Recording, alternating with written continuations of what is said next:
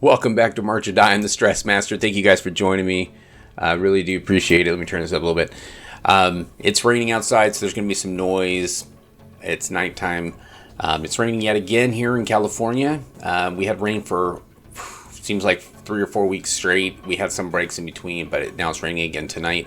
So that's why you're hearing that noise. I'm sorry about that. But I really wanted to get to this video today while I have the time. Talk about the rules meeting that they just had, and I wanted to watch the different rules proposals that they have, and kind of get your guys' opinion as well on what you guys think is good and what you kind of think is like, no thanks. So let me go ahead and I'm gonna put my headphones on and we're gonna get to it. Hey friends, Rondo here. That's Dan there. We're at the Janual. It's the annual DCI meeting held every January where we discuss all kinds of things, including rule changes, which can be rather complicated business. They can. I think, if you and I don't understand exactly how it works, how do DCI fans know how a rule becomes a rule? Oh, I kind of get it, but I bet you can't do it in less than 60 seconds. A rules change in 60 seconds? Interesting. Yeah. All right, I'm willing to try. All right, you're a radio guy. Let's go. Okay. I'm gonna time you. Ready? All right, here we go. Hit it. Anyone can propose a rules change, but the rules change has to be brought to the organization by an actual member core. Those rules proposals are due to DCI by October 15th. Now, at that point, the DCI staff takes a very close look at each of those proposals. They assess their possible impact on everything from safety to competition to revenue to whatever. By December 15th, a proposed rules change has become a full packet of information. The original proposal, its projected impacts, suggested modifications, all of that goes to DCI's CEO and all of the member organizations. The next stop is right here, the DCI Winter Meetings and the Rules Congress, first week of January, where we are right now. The proposal first gets dissected here by the educators in the instructors caucus before they vote on it. And then if it gets by the instructors, it goes to the core directors. And Steve, as you well know, they're going to do whatever they want to do. And you know what? At the end of the day, it's still less complicated, it turns out, than picking a new U.S. House Speaker. Yeah, but you're right about that, and they couldn't do that in 60 seconds. Did I get it? You got it. All right. You did it. Okay, so the next one we're going to watch is the GE judging. I'm Michael Martin with Spirit of Atlanta and Carolina Crown, and I'm submitting a proposal that would change the General Effect 1 and General Effect 2 captions to General Effect Music, General Effect Visual. Right now, the Effect 1, Effect 2 rubric for judges is a little bit more of an overall holistic interpretation and evaluation of what's on the field. And I'm hoping to narrow that scope just a little bit for the judges and for the sake of feedback, evaluation, ranking, and rating, so that we can get a little bit more specific information from those judges when it comes to critique, feedback for staff and students, but also a little bit more specified putting down of a number as it relates to this specific music effect moment, giving the judge the opportunity and permission to narrow their scope a little bit. Not in a limiting way, but just in the spirit of efficiency. Okay. So I'm going to go back to the beginning because I want to see, I couldn't remember what he wanted to substitute. So let me go. I'm Michael Martin with Spirit of Atlanta and Carolina Crown, and I'm submitting a proposal that would change the General Effect 1 and General Effect 2 captions to General Effect Music, General Effect Visual. Okay. So that I do like, because you're kind of lumping everything together into one thing, and it's very hard to be, I know when I've judged, it's very hard. You're kind of like trying to wear two hats at the same time. You're talking about the visual, you're talking about the movement and how they are interconnected. But I do like having it separate so that you're talking about just music and just visual and how the impacts work. I think that's pretty good rules. Tell me what you guys think down in the comments below. All right, the next one we're going to look at is the brass amplification. Third and fourth rule that we have put forward, it's actually a rule that was put forward 3 years ago by Michael Martin when he was at the Cavaliers. It has to do just with brass amplification. We've actually taken the rule and split it into two. So one of the rules is just limiting individuals being mic'd in full ensemble moments. So we can have individual mics clipped on students' bells.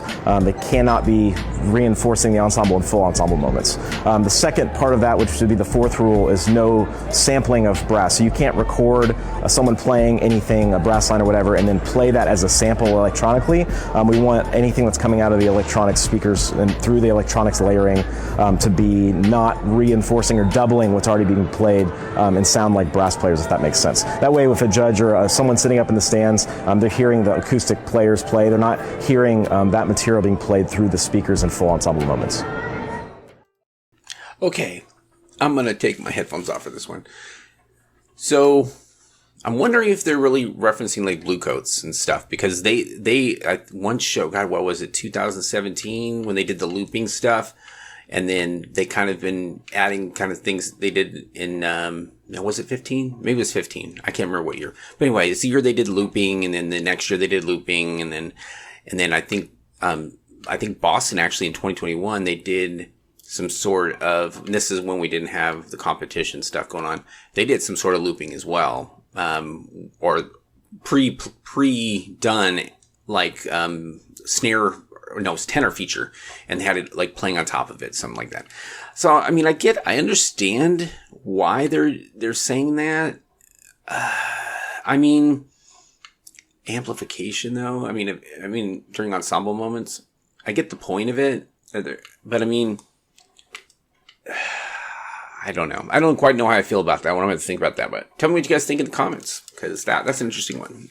All right, let's go to the next one.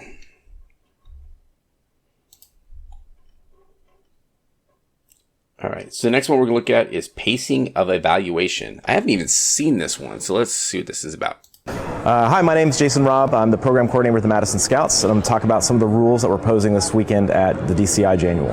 The first rule that we've put forward is basically talks about when judging starts throughout the season. So right now, cores come out, they go to their first contest, scores happen right away. What we're proposing is that there's a period of time where shows are occurring and they're not scored. We're just getting commentary. And right now, just in the length of drum corps, the average time span of someone's involvement as a member is like 1.5 years. And so just basically breaking up the season to segments where the beginning and their first performances, we're getting creative feedback, and all they're doing is going out and performing versus having scores right away. And then there would be a unison start date where all scores initiate at the same time.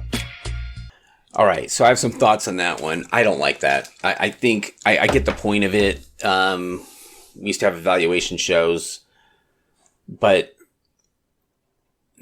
I mean, if you're competing, you want to score. And to me, I just don't think that rules is going to work. I mean, I don't think that not getting a score is going to help or hurt you at the beginning of the season. So to me, I just think it's, I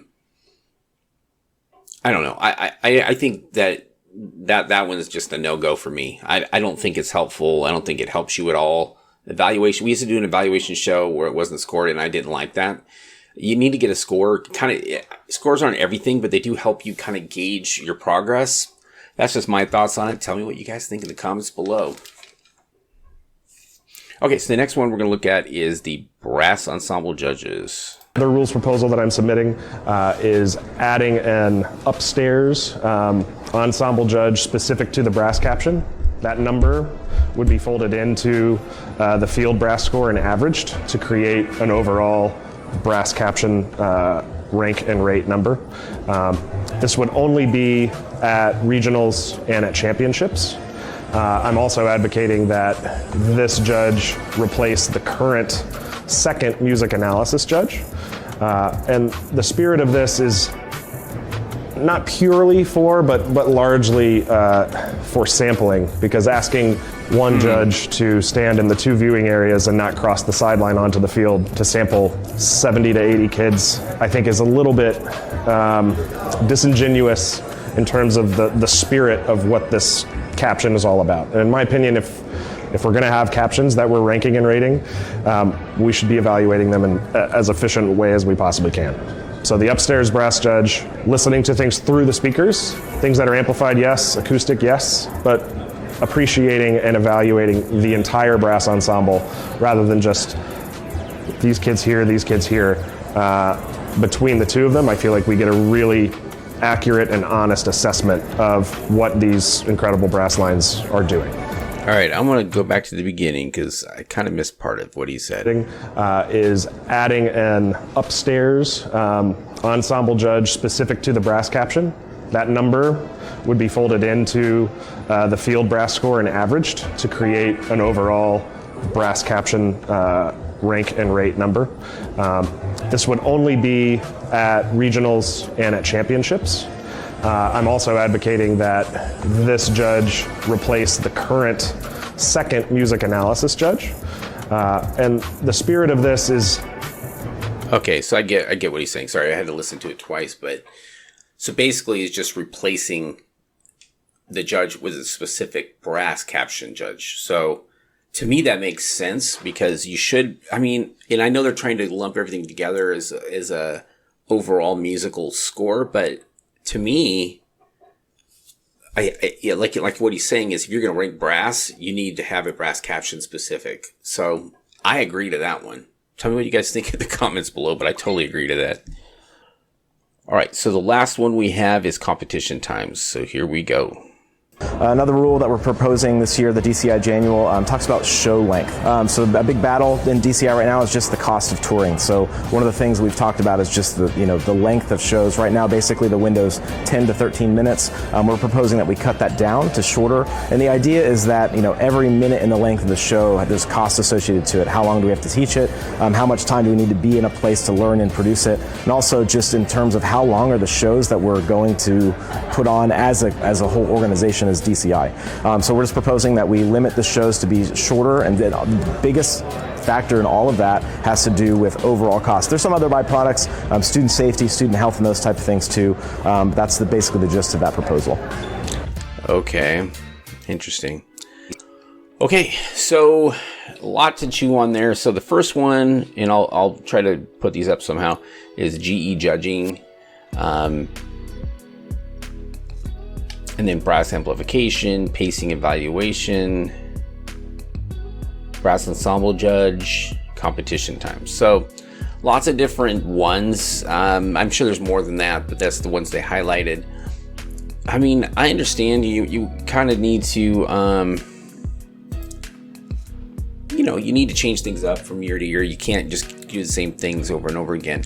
The last one though, the competition times, I kind of understand it, but I think that should be up to the group. I don't think that should be up to DCI to decide. I mean, right now they have a window of 10 to 13 minutes, so you can either do 10 minutes or you can do 13. So unless they're maybe saying like you have a window of 8 to 10 minutes, but to me that's a short show. That's a very short show for how long you have to develop it. But once again, tell me what you guys think in the comments below. Well, thank you guys so much for joining me on this little tour of the Rules Congress. Please make sure you subscribe and like this video and set your notifications so you get notified every time we have a video here on March or Die. All right, well, thank you guys so much. I have decided I'm going to start doing a live stream once a week. I believe I'm going to be doing it on Sunday afternoons around 12 o'clock. So mark on your calendars, 12 o'clock. That's Pacific Standard Time, so it'll be 3 p.m. on the East Coast. That way, kind of everybody can see it and be involved in it. I know it's kind of early in the day, but I was thinking, I'm like, well, if I do it at 3, then it's 6, and if I do it at 5, it's 8, and all these different times. So I think I'm gonna do it at 12 because I'm pretty much home by myself during that time, so it's a good time for me to do it. All right, well, thank you guys so much. Thank you. Be safe out there, and I'll see you in the next one. March on. Hold it